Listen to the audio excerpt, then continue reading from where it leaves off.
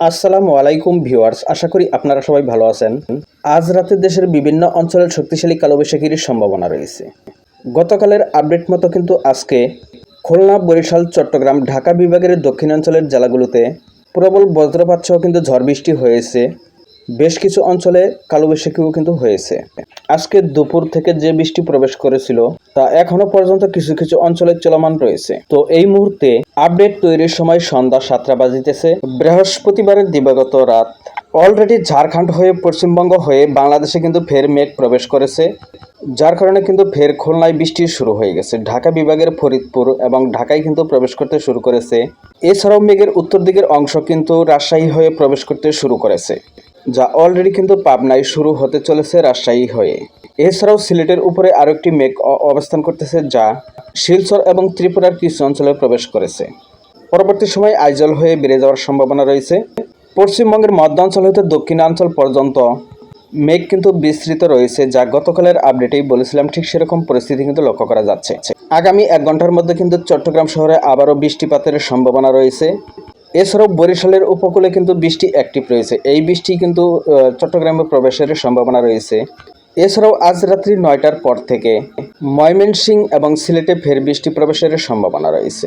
এছাড়াও রংপুরের কিছু কিছু অংশে, যদিও রংপুরে কিন্তু এখনও একদম পরিষ্কার রয়েছে। তো আগামীকাল দিনের ভাগে কিন্তু বৃষ্টিপাতের সম্ভাবনা কম।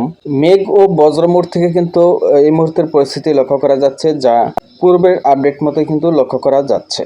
তো রাত্রি 9টার পর আবারও কিন্তু রাজশাহী এবং রংপুরের কিছু কিছু অঞ্চলে ফের মেঘ ঘনীভূত হওয়ার সম্ভাবনা রয়েছে, যা পরবর্তী সময় ময়মনসিংহ এবং সিলেট হয়ে বেড়ে যাওয়ার সম্ভাবনা রয়েছে।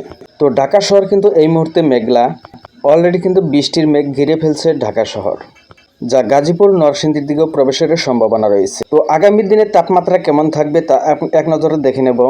তো তার আগে এক নজর বলে রাখি, আগামীকাল শুক্রবার তেমন বৃষ্টিপাতের সম্ভাবনা যদিও নেই, তবে কিছু কিছু অঞ্চলে হালকা হালকা মেঘ ঘনীভূত হওয়ার সম্ভাবনা রয়েছে, যার কারণে কোথাও কোথাও অস্থায়ীভাবে হালকা পাতলা বৃষ্টিপাতের সম্ভাবনা রয়েছে, বা দেড় জোরে অতি পাতলা মেঘের ঘোরাঘুরি থাকার সম্ভাবনা রয়েছে।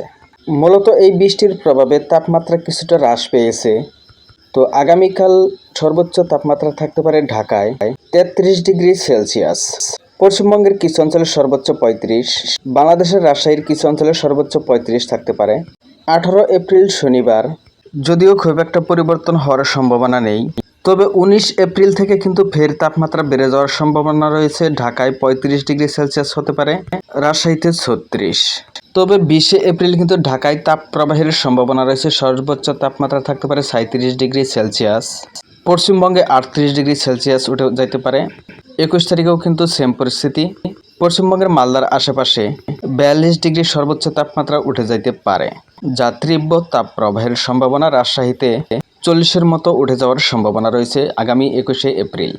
তো ভিউয়ার্স, ভিডিওটি তথ্যবহুল মনে হলে লাইক দিয়ে উৎসাহ দিবেন, আর আপনি চ্যানেলে নতুন হলে প্রতি মুহূর্তের আপডেট পেতে সাবস্ক্রাইব করে অল নোটিফিকেশন অন করে দিবেন। এতক্ষণ পাশে থাকার জন্য ধন্যবাদ। আসসালামু আলাইকুম ওয়া রাহমাতুল্লাহ।